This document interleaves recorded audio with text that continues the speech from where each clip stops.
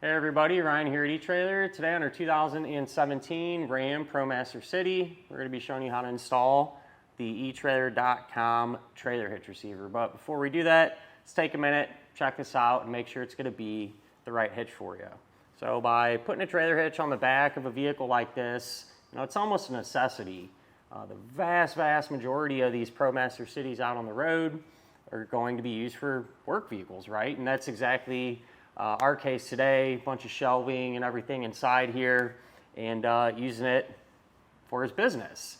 And with the hitch back here, it's going to allow you to kind of expand and open up your opportunities. Whether you need to carry extra equipment around on a trailer, or even some smaller things that if everything's full inside, you can always have the ability to expand a little bit and put a cargo carrier back here.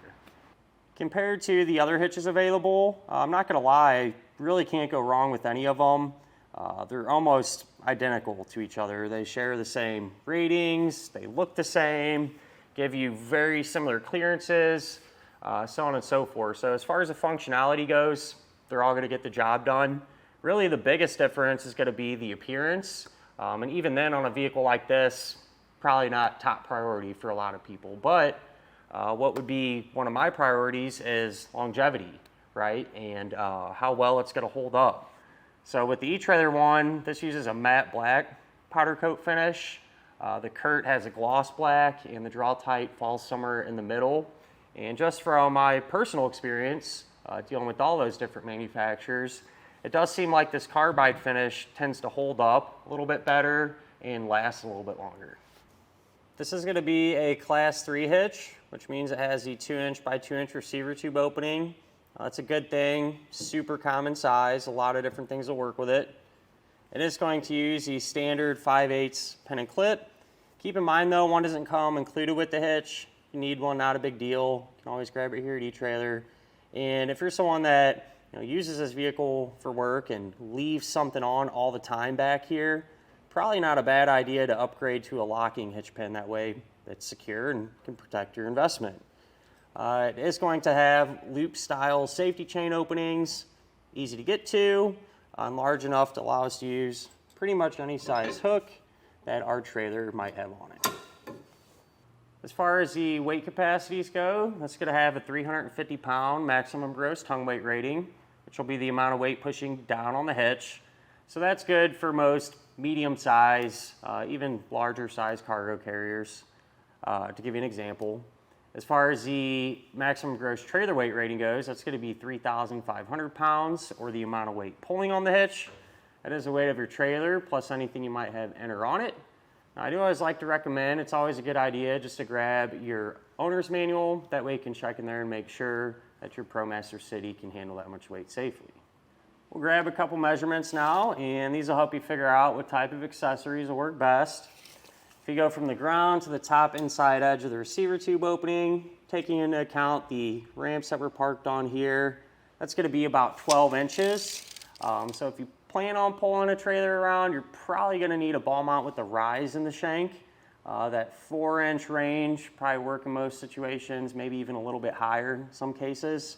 And if you're going to end up getting a carrier to put back here, you can find one that has a rise, buy a little more ground clearance, definitely won't hurt. But I think you'd be okay with a straight shank as far as the carrier goes as well.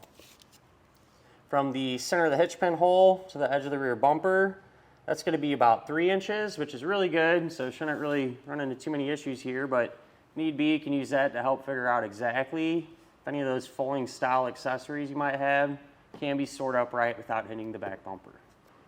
Ultimately, at the end of the day, a hitch that's definitely going to get the job done and help you out when it comes to pulling your trailers or moving your equipment. As far as the installation goes, it's a little time consuming. You do have to remove the rear fascia here, but everything's pretty easy to get to.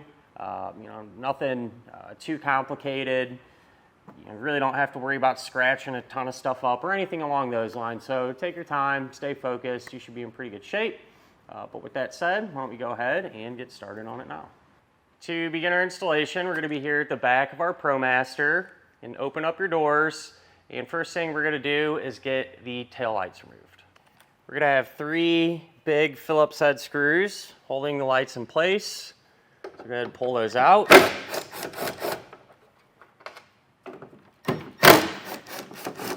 And whatever I do to one side of the vehicle, we're going to do to the other side as well, because it's going to be set up the same way.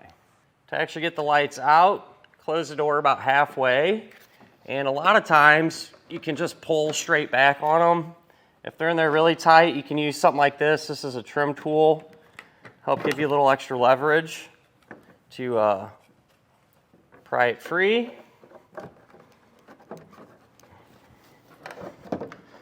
So I have to work it out of position here, and then we're able to get it disconnected. The connector plug on the back of the light is going to have this tab here, and when you push down on it, you can separate it from the tail light. We'll set our light off to the side for now. With the lights out of the way, we're going to have a fastener that was underneath of them that we can access now. We'll pull that out using a T27 Torx bit.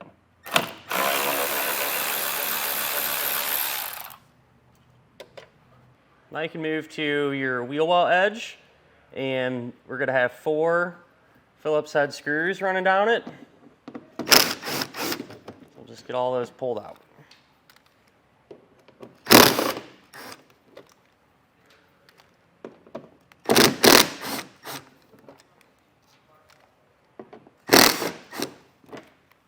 Just behind your rear tire on the bottom, there's going to be another Phillips head screw. You can move back to your wheel well now, and if you just peel back on the liner where the fascia is going to meet your quarter panel there, it's kind of tricky to see, but there's a T27 fastener run up in there, just like the one that we removed underneath our tail light. So we'll go ahead and get that pulled out.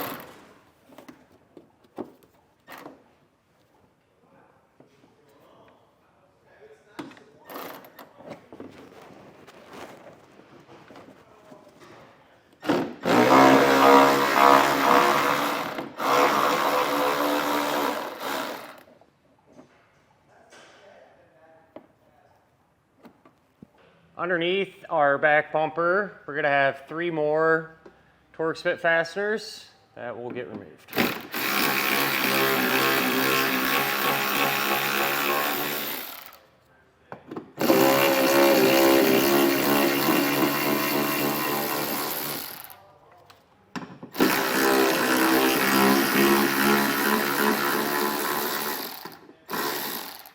If you look on top of your bumper, kind of in this crevice here, you're going to have 4 Torx bit fasteners that run along.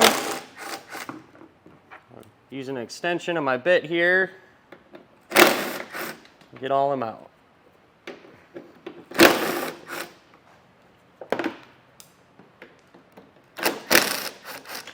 Now if you have someone that can give you a hand with this part, it definitely makes it more manageable. We're going to remove the actual fascia. So close your door about halfway, seems to be a sweet spot there. And I put some painter's tape along the edges where we're going to be working. That way we don't accidentally scratch anything. But more or less what you're going to do is start at the corner and unsnap that. Well, you get the other side to that point as well. And we may have an electrical connector back here, which it looks like we do, kind of right here in this area, just straight down. Here's the connector, and push down on the tab.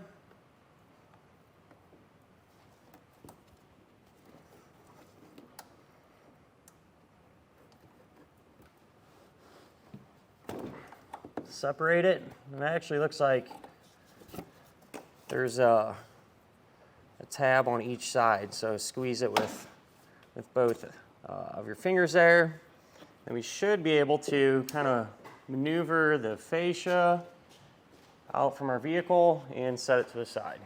We're able to get this bumper beam removed now, and each side of our vehicle we're going to have 3 15mm head bolts, so 2 up top. And one thing I like to do this top outside one is leave a few threads in it. That way, when we get all of them off on the other side, our beam's not just gonna come falling off here. But we'll have one more at the bottom.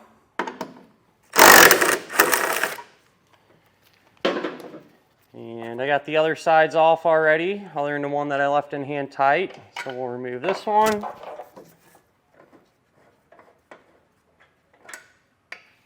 And this one, and we can get this part removed. How this is gonna work, it's pretty simple. The hitch, more or less, is just gonna be sandwiched in between the back of our vehicle and our bumper beam. So we'll take the beam, the holes in it are gonna line up with the holes in the hitch. Then we can raise this up as a whole assembly and get the factory bolt started. So with the help of Brad here, we'll take our assembly that we talked about, get everything lined up, and all of our hardware started hand tight. Once everything is hand tight, we'll snug it down.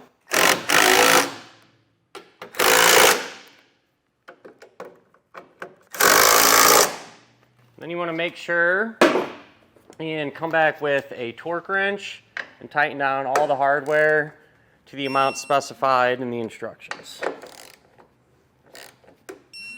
We're able to grab our bumper cover again. Make sure you plug that electrical back in, and we'll get it reinstalled the opposite way that we removed it.